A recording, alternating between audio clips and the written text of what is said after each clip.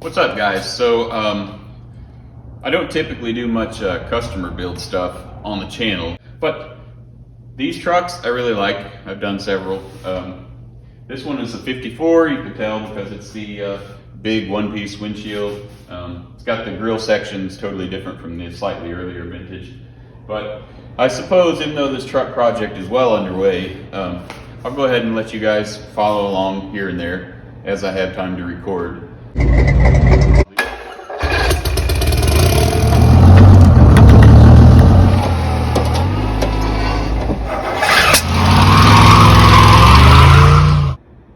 Well, we'll go over real quick what I've done to this truck so far.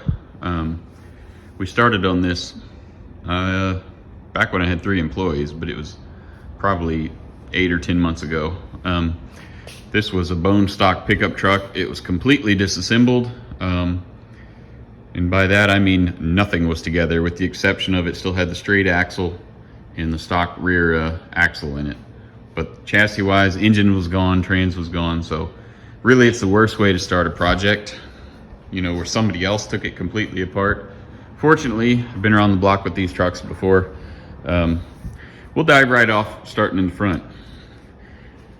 We took the straight axle out, which is pretty much the only way to go on a truck that you're wanting to drive a lot. This has a TCI Mustang 2 front suspension setup, has the power steering rack in it.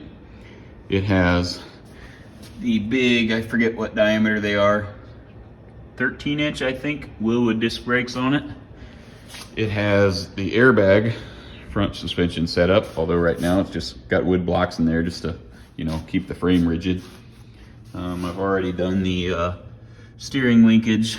There's a little bracket welded to the frame that mounts that idler, whatever you want to call it, support bushing, keeps all this from doing this. I've already worked out the clearance there on the U-joints. This is a truck LS, if you didn't already know that. It's missing the bracket on it, but that's already been bead blasted.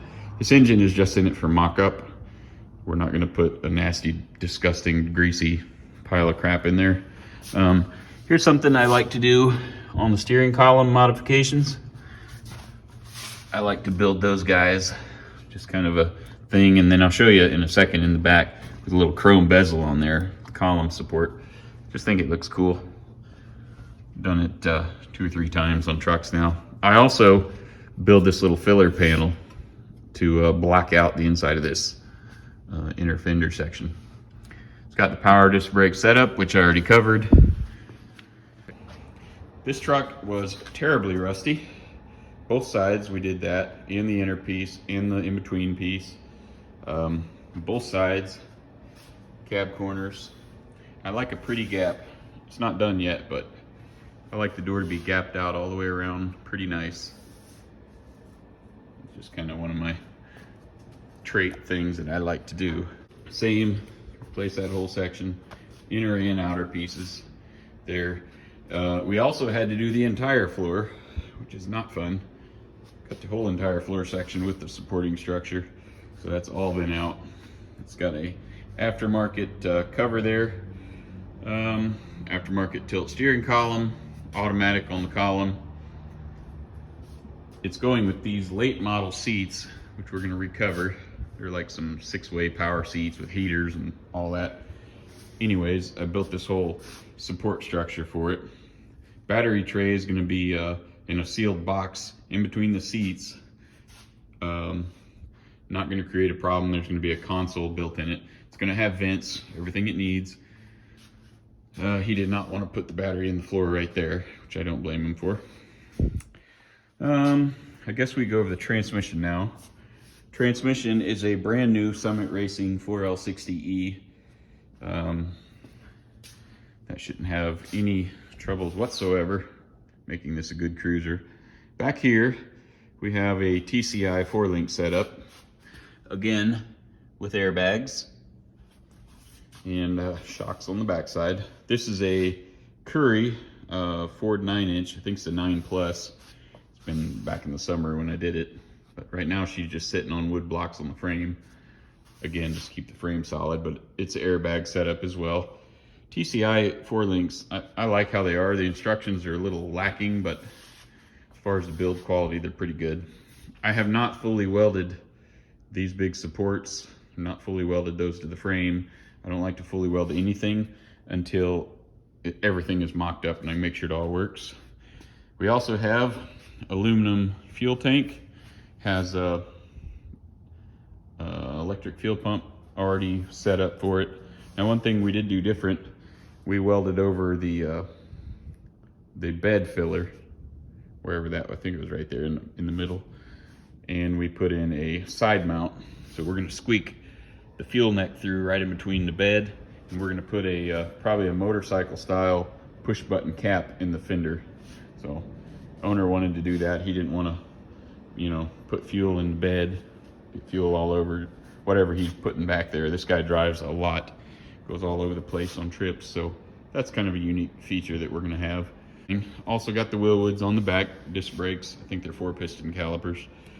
Down under there is the big air tank. On that side is the, you can't really see it real well, right there. I'll show you that later. That's where the air pumps and stuff and all the valves are for the airbag setup. We'll go over everything else a little more in detail at some other point, if this thing is getting good reviews as far as people watching it. Well, enough of this. We'll get busy with the work. Forgot to show you this guy yesterday. There's a little ball that goes in here, a little machine ball, and this goes right there. You can imagine just slipped over the column, something like that. It's a pretty good clean look. I like it. It's better than what I've seen a lot of guys try to do there. Just a good flat surface. Looked pretty good in my opinion. Okay, back to what we're doing up here. I'm gonna go ahead and mount this fender in the inner fender assembly to the truck. It's just got some of the bolts in it. Still need to do some metal repair, like right here. This showed up after sandblasting. Both of these have been blasted, epoxy primed. At an earlier stage of the mock-up, we went ahead and did the notches to clear the control arms. The other side's done as well, but it doesn't require any drastic modifications. So we're gonna take this and I'm gonna pop it on the truck.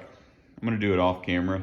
It takes probably 10-15 minutes to get all the bolts in, and then I'll put the core support in it. And then I'll show you what we gotta do. One thing I do that makes this much easier is this top bolt here I always weld in from the back. That way you can, when you're putting this fenders on, especially by yourself, you can just kind of hook it on there, put one nut on there, and it'll kind of lock everything down, make it a lot easier for you. Moving on to the next little project. I gotta put a new hinge pin in this guy. All the bolts are out except one. Now, one thing I wanted to show you guys that I always do on every project that I can, especially these trucks, I always drill these tiny alignment holes with an 1/8 inch or a little smaller drill bit in the actual hinge itself, on the face of this and on these right through the door skin. Can't see them over there, but they're there. And I do that once I get everything dialed in and the doors fit perfectly. That way you can take these off, you know, mess with them, do whatever you want to do, and put them back on, and all you got to do is line up those holes. Run your 1/8 inch drill bit, or just use your eyes to line those holes back up, and then tighten them down. Especially with these trucks, because the doors fit terrible. So you can take these doors off, put them back on 15 times, and 15 times they're going to fit different, unless you can figure out how to do something like this or align them. We're going to take this over here and pop that pin out.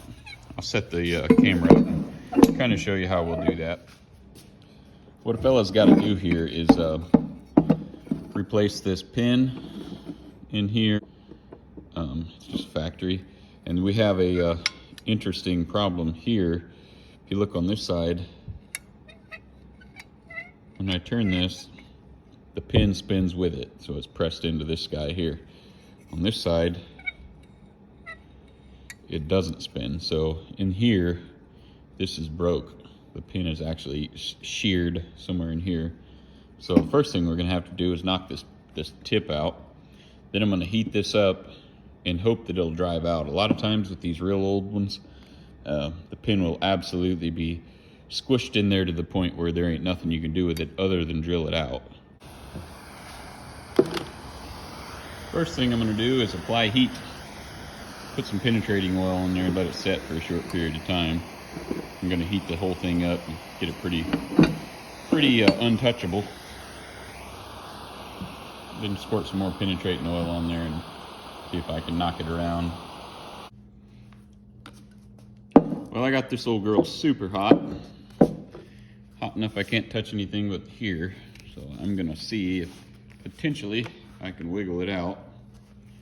I gotta tell you fellows, as a disclaimer, I suppose, typically you can only get about half of these to do what you want them to do. The years of water, bad seals, you know, can take their toll on them pretty bad. That's why these aren't sandblasted or anything else like that. Like, there's no point in spending any time on them until you can determine if you can actually fix them. I'm not worried about getting this off, it'll come, but getting the pin out of there is quite difficult. Yeah, this is already moving. The pin is going to be another story.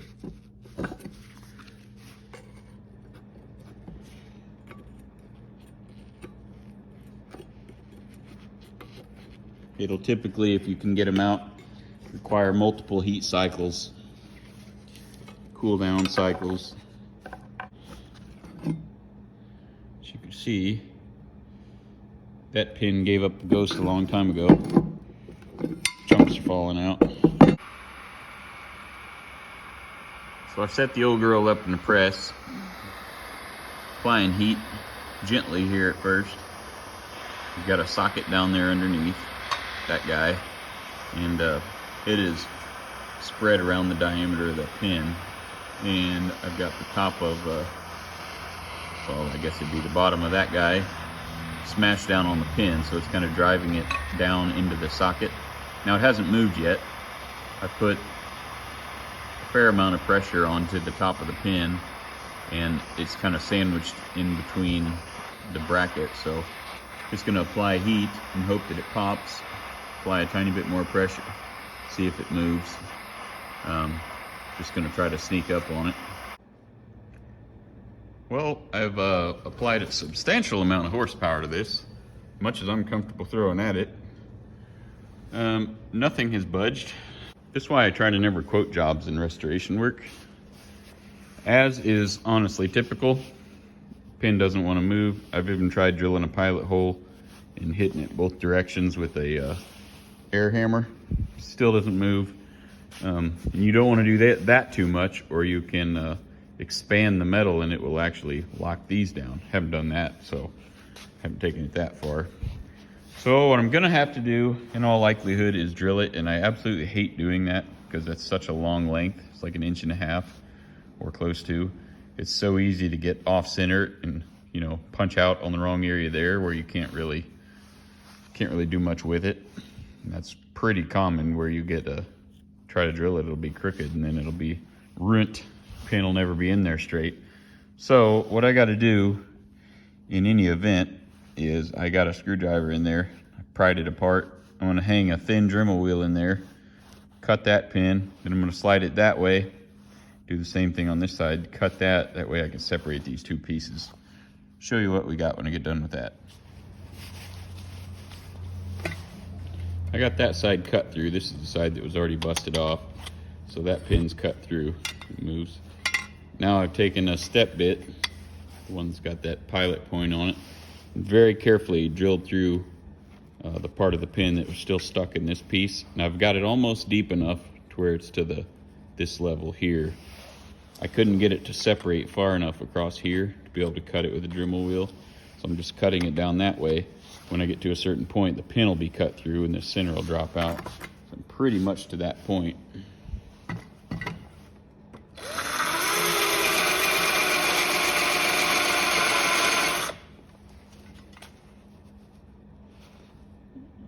very, very close to that level. Pretty much free. I'm gonna go take it over there to the engine stand, set it on there, and just give it a wrap, knock the thing loose. This wood's softening my blow. Then I'll grind it flush and I guess start drilling one way or the other. Well, I got this little fella out, no problem.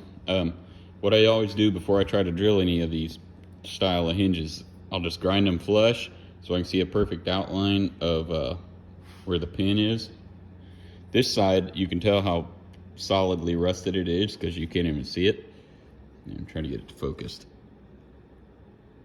You can just barely see the outline of where the pin was. It's pretty much been combined. They are now one.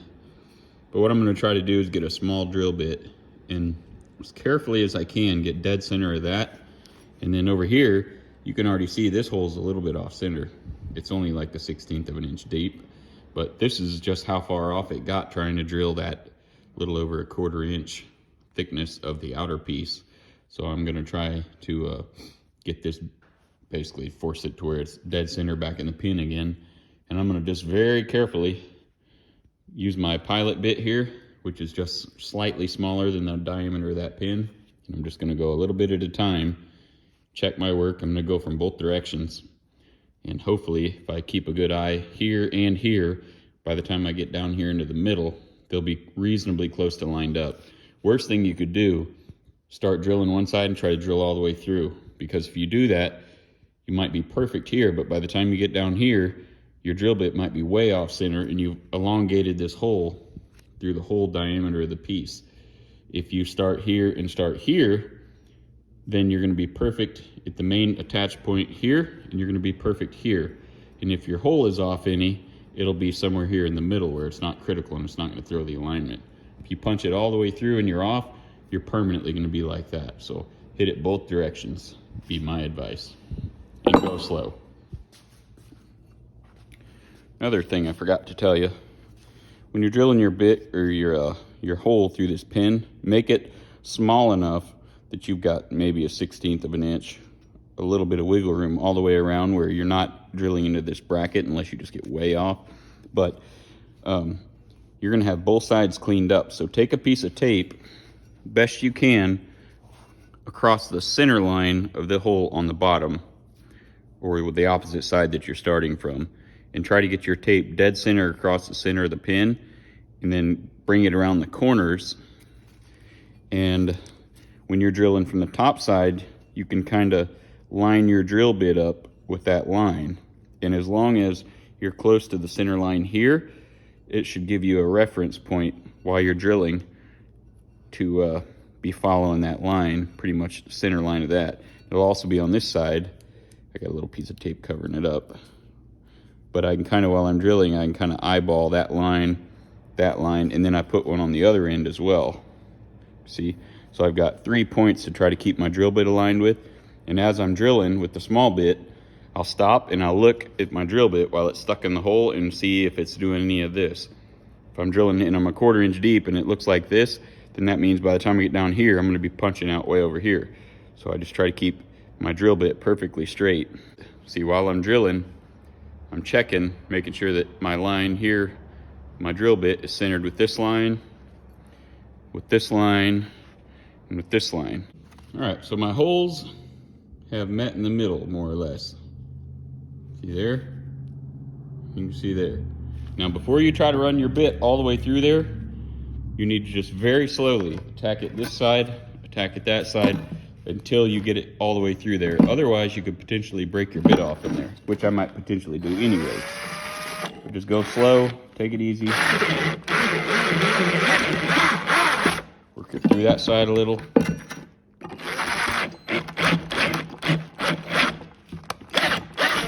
See, while that's binding up in there, it's trying to, it's trying to meet in the middle, and it's trying to kind of snake its way through there. If you get too much out of whack, you'll break it. Can't stress it enough, guys. Go very, very slow. Okay. See, that one is dead center. That one is dead center. So we know that our hole is true all the way through there. Once we have the hole centered and all the way through, then we can just gradually start stepping the bits up. But we're still gonna go from opposite directions. So the reason we used a smaller bit was if we did get off, we would still have some options for getting that pin out, even if our hole was not perfectly aligned here in the center. So this is just my technique, so whether it's yours or not, up to you. Alrighty then, this has gone pretty stinking well, about as well as you can expect it to. I have this hole stepped up to the diameter of this pin, which is very close to what it was originally, but your pins and your replacement kits are going to be a little bit larger by design, because these holes will get slopped out a little bit. These ones are pretty good, but so you're going to have to step this size up and this size up at the same time. The pin kit I'm using is, I think that's an LMC part number, 386560. I also have the springs that go in the other hinge, and it is a 386558. Now I'm telling you, if you can save your original hinges, these are so much better than the replacement garbage that's available. Now the drill bit that I made the step with, that is nearly identical to that size, is a 11/32. This is the perfect diameter. See, there's no slop at all. It's pretty much perfect. And you see what I mean by if your hole had gotten off centered here, if your ends are drilled, you know, independently, they'll be good on this end and they'll be good on this end. So if they're a little off in the middle, it won't affect you that much. But this is perfectly sized. Now I'm going to punch these out to the same size. Now you'll have a decision to make. The kit, as with most pin kits, comes with these brass bushings. I don't personally like to add these to these. And this is kind of a sacrificial metal. It's what ends up happening. These end up breaking out and you end up with slop. So my preference with these, at least for the advanced design 47 to 54 trucks or early 55s, is I just like to put them in, drill that, the same diameter as that, and then this knurling will, when you drive it in there, will catch, and it'll retain it, and it'll look like the factory did it and everything. Just for added insurance, you cut these pins down to the length you want, which I usually leave 1/4 inch or whatever, but I'll drill a hole here pretty close to the bottom of this, a real small hole, and I'll put a cotter pin in there or some kind of a clip to keep that from popping back up out of there if that knurling gets weak. But that's my preference. Alrighty then, so I measured what I needed to measure and chopped off that much of the deal. I also tapered the end and drilled a tiny cotter key retaining hole. We'll do a final test fit here, just kind of see how they go together. There are 2 parts. Goes back in there. There you go. And this guy, get it lined up.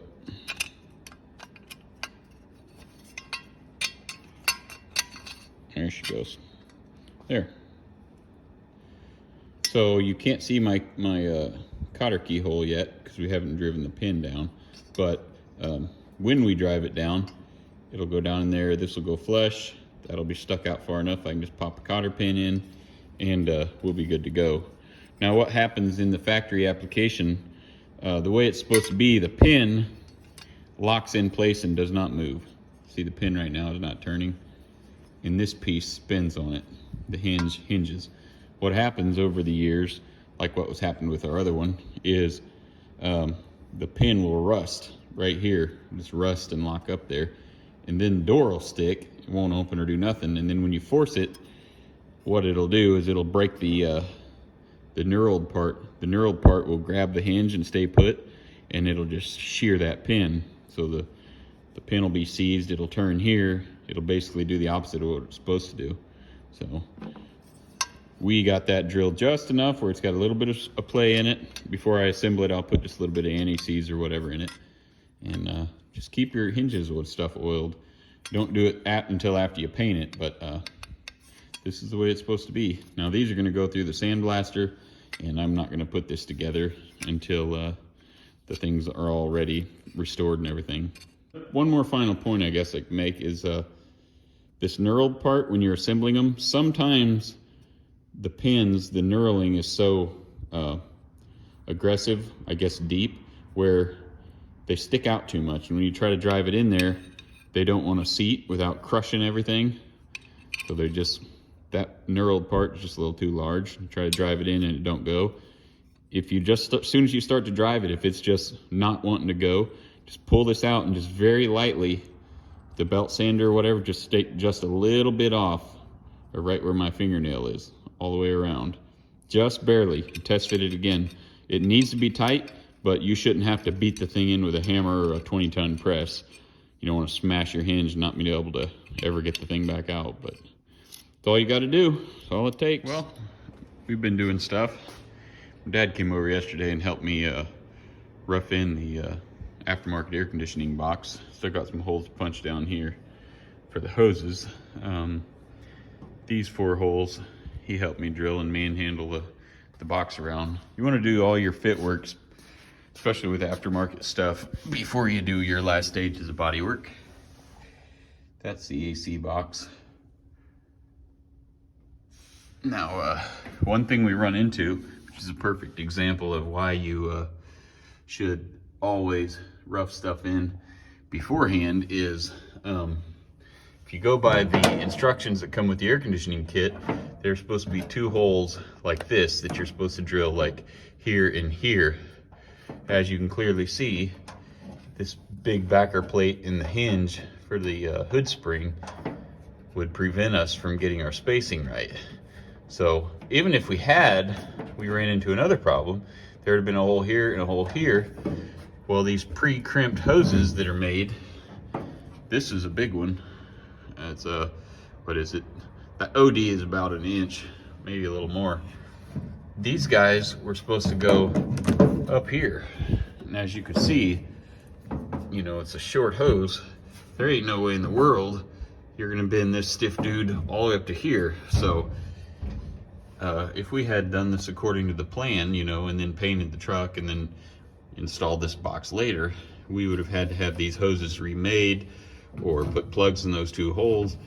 As it sits, we're gonna have to put them here and here. So we'll have 2 more holes right here, which it'll be fine because there's already gonna be these 2 holes. So these will just wrap right into there, but always do your mock-up.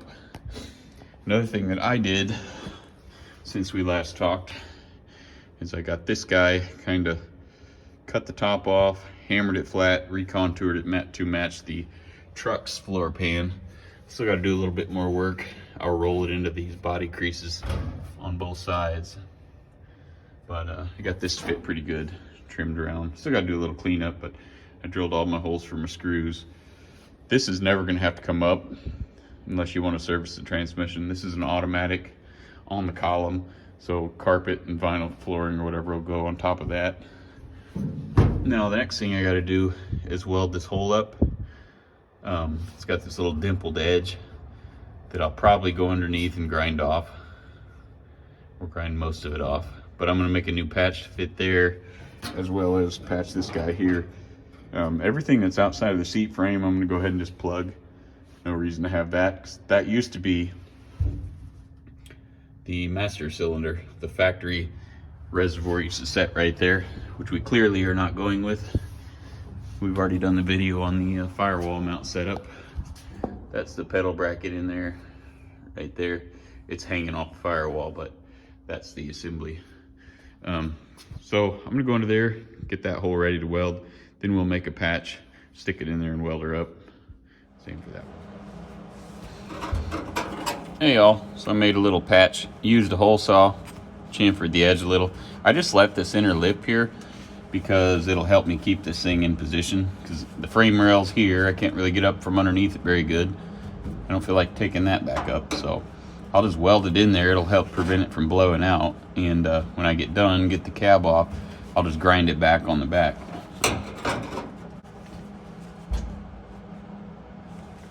Let's see. Watch your eyes. Watch my own eyes.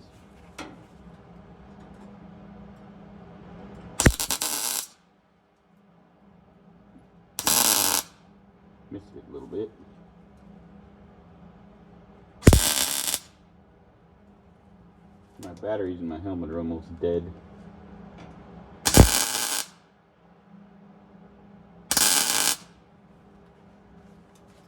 Oh, it's pretty good.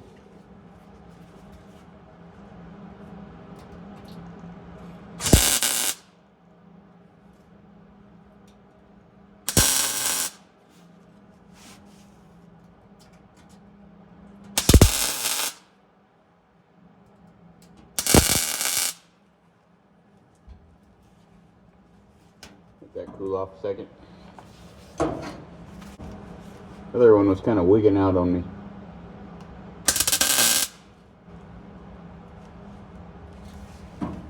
Let's see, I think we're on grind now. Trying to burn the eyeballs out of my head. Technical difficulties. It's nearly impossible to weld when you're staring straight at the sun. Alright, that's better. That's more better.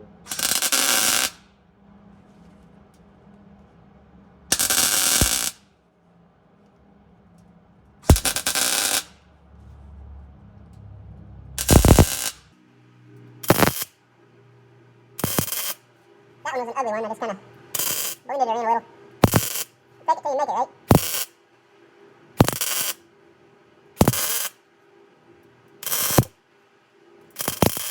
Quit that. Alright. Give her a cool down cycle and carry on. Alright, it's grinding time. You want to go ahead and plug your ears.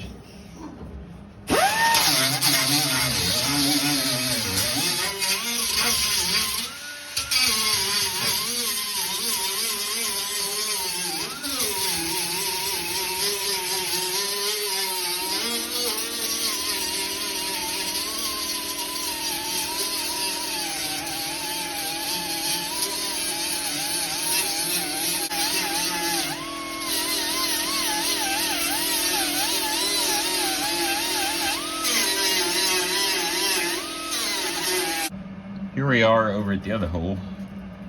I'll try my tape trick here. Got no way to hold this one from the bottom. Gotta get her positioned pretty good.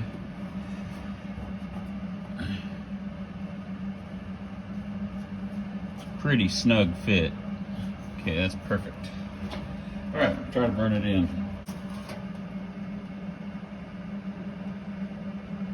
Let's see, about there. And over here. Okay. Peel off my tape before it melts.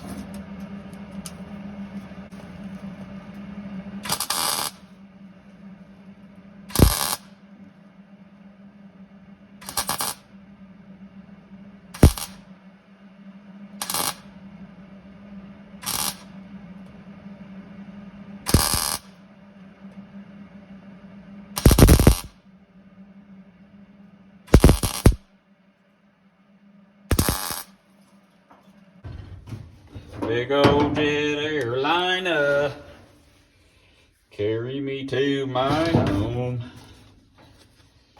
Big old jet airliner, 'cause it's here that I need to drill holes. Okay, I always drill a little tiny pilot hole first. You're gonna want to plug your ears.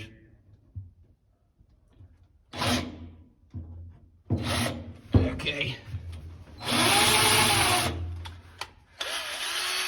Also, put a washer on the end of there if you got one handy, and it'll keep from grabbing your bits.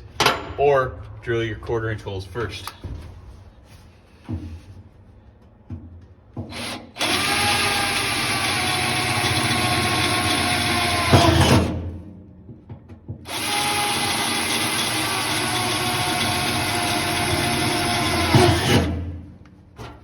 Now I'll use this.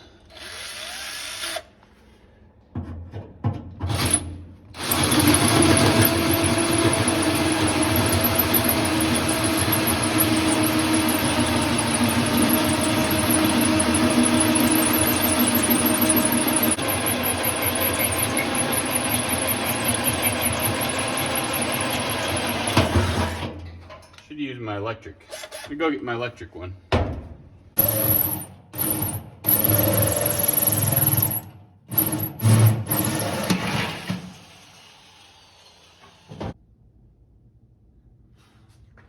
Well, that's going to be acceptably clean.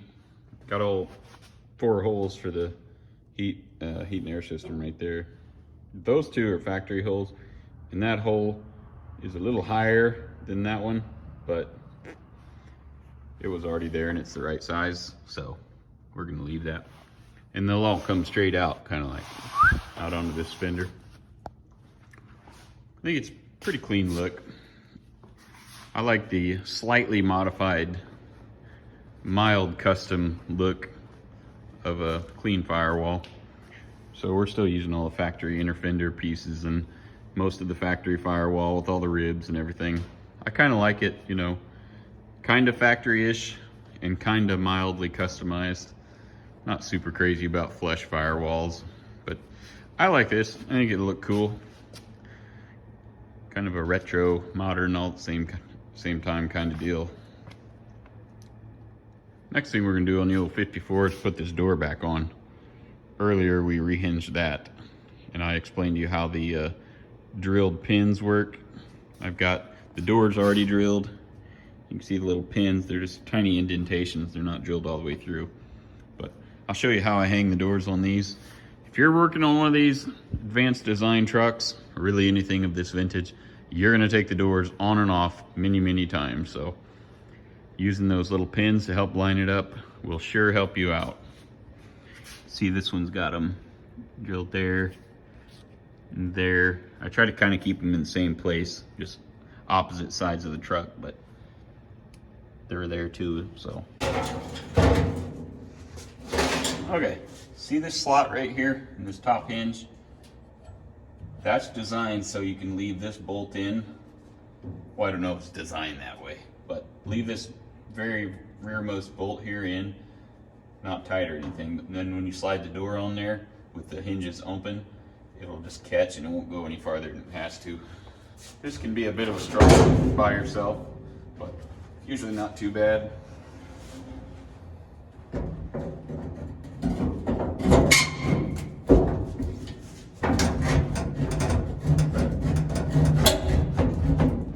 Okay. So don't let the door go backwards. Put your knee under it. I'm gonna pick it up, just get a bolt in here so it doesn't fall off. Okay, now it's trapped so the door's not gonna go crashing off the truck. Never ever do this by yourself if the doors are painted and everything. Okay, I'm gonna do the same thing down here. I'm gonna get a bolt in one of the holes. I need to go in. Keep a screwdriver and a 1/8 inch poker handy to move the hinge around a little.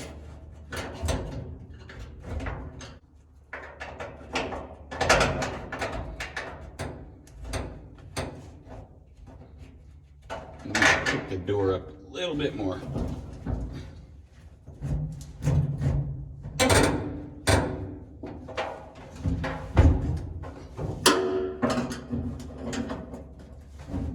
There she goes. That's what it wanted.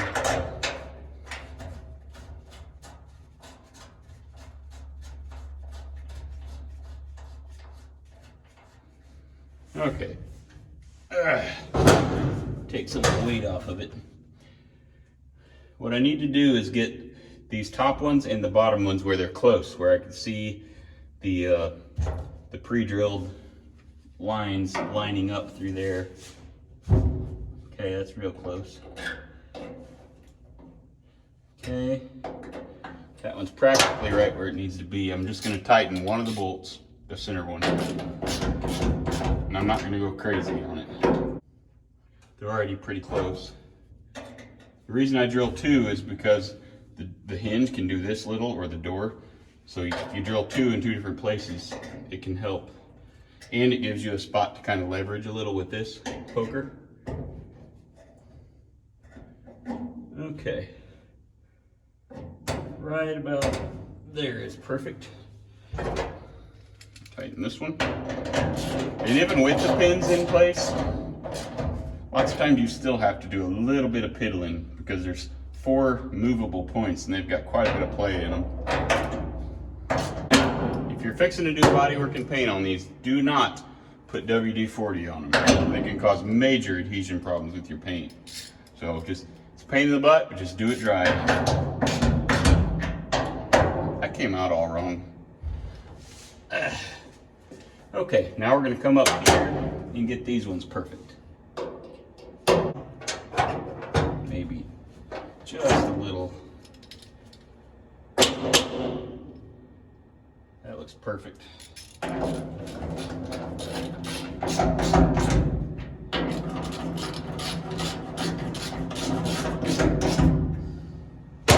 I'll see if she shuts.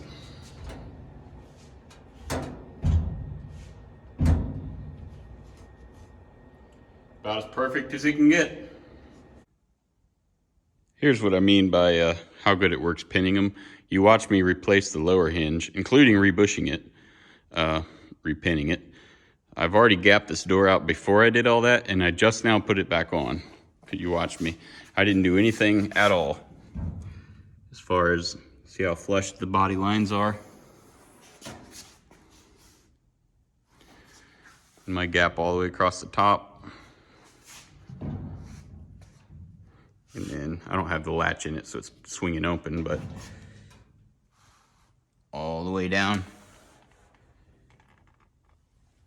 That's how drilling those pins in there will help you line everything up perfect the first time, especially if you've just painted everything. That way you don't have to risk chipping your paint off your edges. Just have your pins drilled. It's perfect every single time. It's as good as it can get.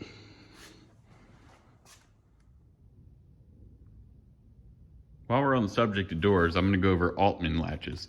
Anybody that's been around these classic trucks have probably heard of an Altman latch. What that does is upgrades your latch and catch setup to a way more modern style system. Allows you to keep either your push button door handles or your swing opens. The factory latches on these trucks were real prone to rusting up, and they didn't grab very well. Like, you'd have probably this much play when the door was latched. So you drive and your doors rattle like clink, clink, clink, clink, clink. Worse than they already do. They're not very positive latched system. They just got a ton of play in them, and they don't have much of adjustment. So an Altman latch comes with an adjustable striker plate. This guy here, we're on a 54. That can go up and down, and it has some lateral movement as well. You know, this you would recognize from your whatever, your daily driver cars. And it mounts in place of the factory catch assembly. Now, here shortly, we're gonna fill in this void. This is a full custom build that has no paint on it yet, so we're gonna close that off, but it's not necessary if you're just upgrading your daily.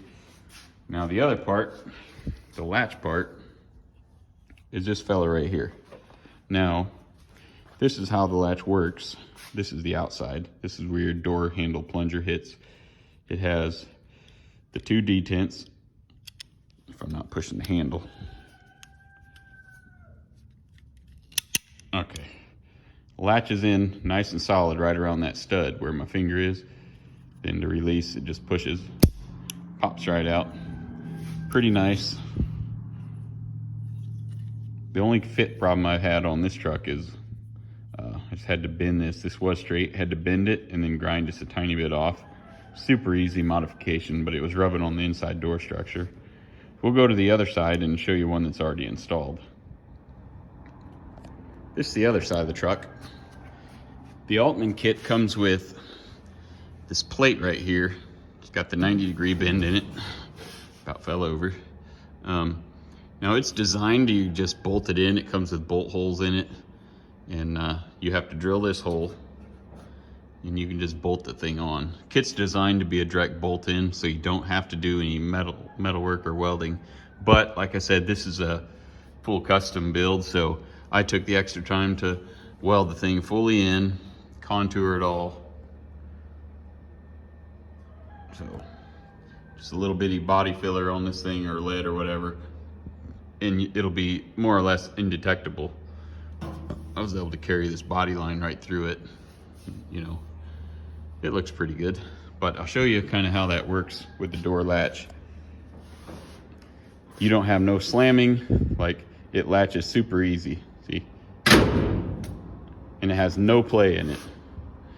See, I'm pulling the truck pretty hard enough to move the truck, and there's no play at all. It's as solid as it can get.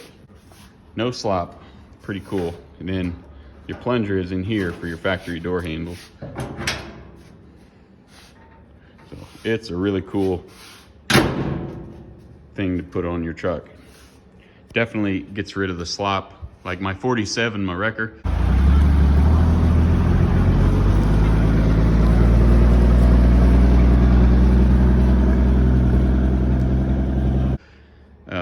You got to pull the door to make sure it's latched because it's got a little crust in it. You know, you hit a bump and your door goes open. You thought it was latched. Maybe it was latched, but it'll just pop open. That ain't happening with the Altmans. They're pretty cool. I do believe that the next thing I want to address is that. I can't stand that void. Looks ridiculous. Totally fine for, you know, just an average driver, but I don't like that. So we're gonna carry this look right through here. We're gonna blend it, get rid of that big notch. It's also got one here, but it's not nearly as noticeable as a problem. And the nut on the back of this is wedgered up in there, so I really can't do a whole lot with that anyways, but this I can. That's gonna look dumb. Now that we're on speaking terms, kind of my plan is to just wrap this, come up with a piece of metal, wrap around this corner and come back maybe this far. Just close it off. Probably won't even bother filling the back side of it. Just be a two-sided piece. Now this is a pretty sharp bend. I mean, it's almost a perfect 90, so that's gonna help quite a bit. I just need to go from there to there.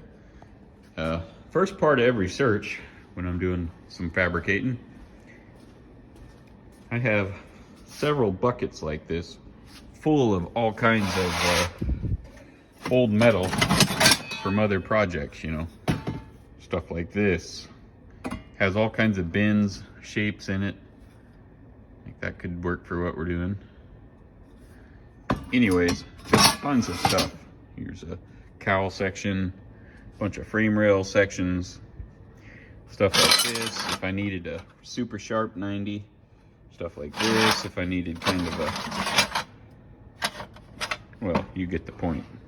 I have a lot of stuff, and it's a whole lot easier to walk over to this pile of parts here and just pull out something that I made 2 years ago and use that as opposed to having to fabricate something myself.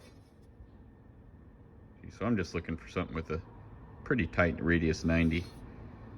And that could work. I'll let you know what I find.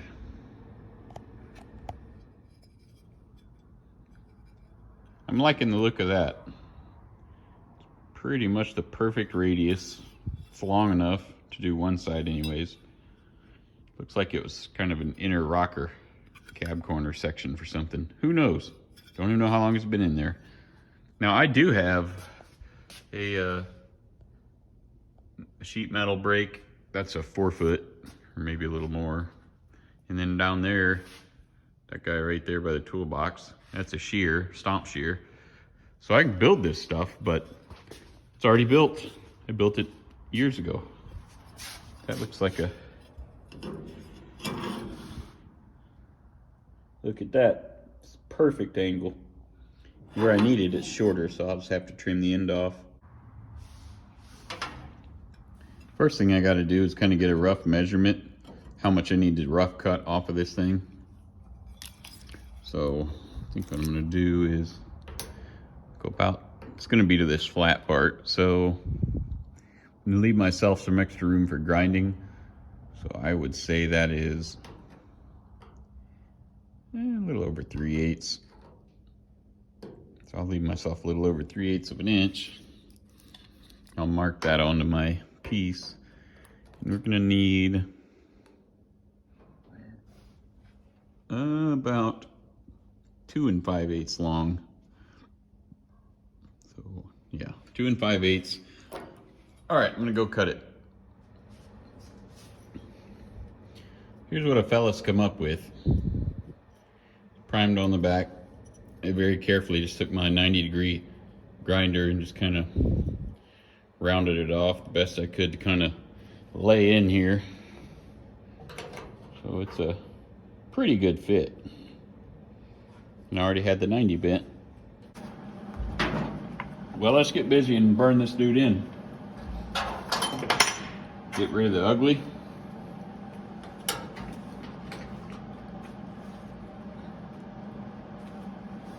Okay.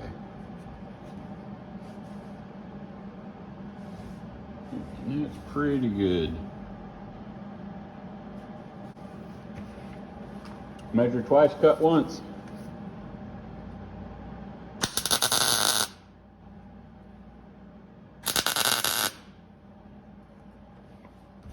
All right, last chance. It ain't too late to cut it free. Looks pretty good.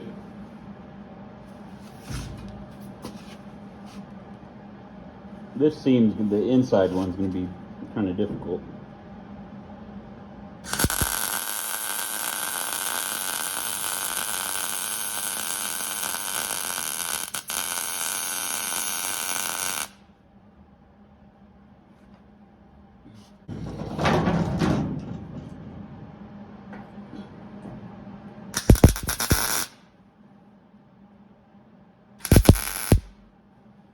All right, let that cool off for a second.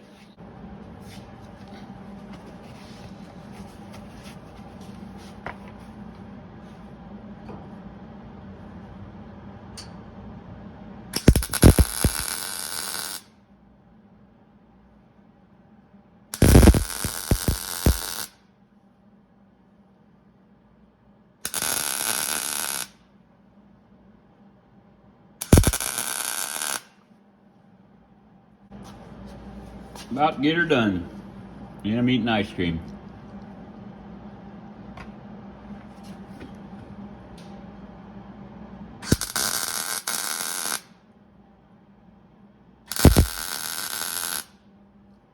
Okay. Let it cool off and we'll grind her down.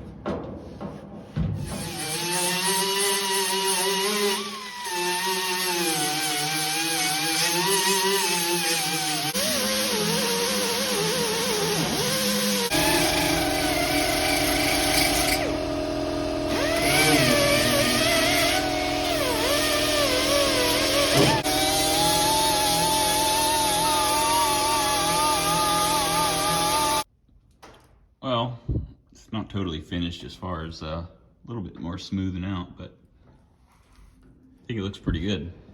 I did want to show you something else. Look at how this factory formed lip is. Just like smashed and rolled around this edge. Like you can literally see hammer marks in it from the factory. Like these dents, like bang, bang, bang, bang, all the way down this edge, where they just beat that thing around the corner. There's got like a big lip behind it. Like big old deep lip back there. That's why people have so much trouble trying to get doors to fit on these trucks. Just the fit and finish is horrible. Like they're just farm trucks, you know what I mean? It's terrible. I'm gonna put that latch back on. We can compare one side to the other. All right, so this is the other side that I haven't touched yet. Just for a quick comparison. It just looks terrible. Terrible. You real professional welders probably still think it looks terrible.